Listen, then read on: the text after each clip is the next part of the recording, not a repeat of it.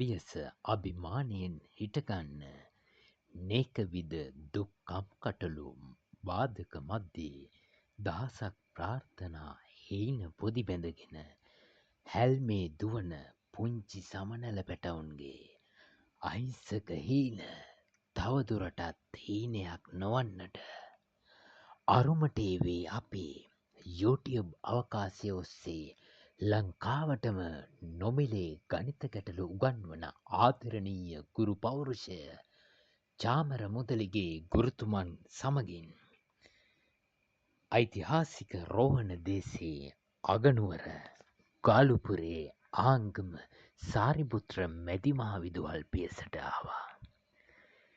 ඒ පුංචි පැටවුන්ගේ මූණේ තිබුණු දෝරේ ගලා යන සතුටට අපිට කියන්න වචන තිබුණේ නෑ. කෙසේ කුමන කතා කෙසේ කිව්වත් දුප්පත් අහිංසක අපි වගේ දෙමව්පියන්ගේ පුංචි පැටවුන්ට ජීවිතයට අරුතක් ගේන්න ජීවිතයට අලුත් අවස්ථා ගේන්න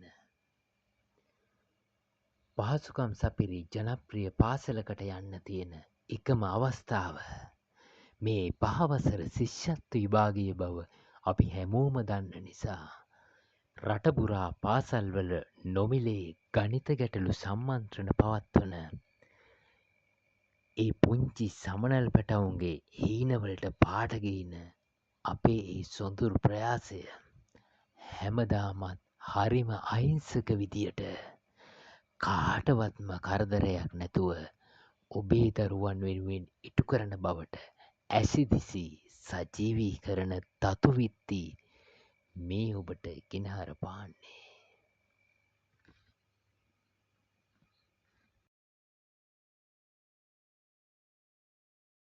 ඔන්න දෙන්නෙක් ඉන්නවා නාමල් ඉන්නවා සකුමල් ඉන්නවා නේද?